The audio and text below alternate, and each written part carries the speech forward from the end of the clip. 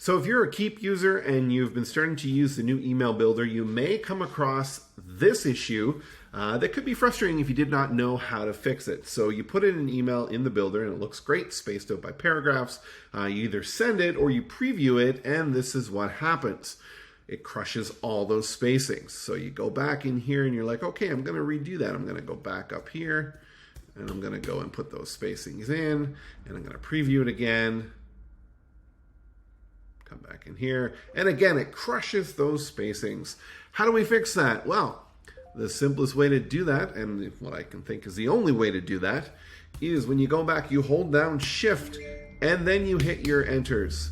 So we're going to do that to this email, and you will see, visibly, it looks the same here. And then these are fine like that for the sake here. Put that space in there. Now, when I go and preview it,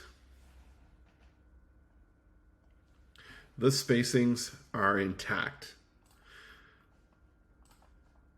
Just like that. Piece of cake.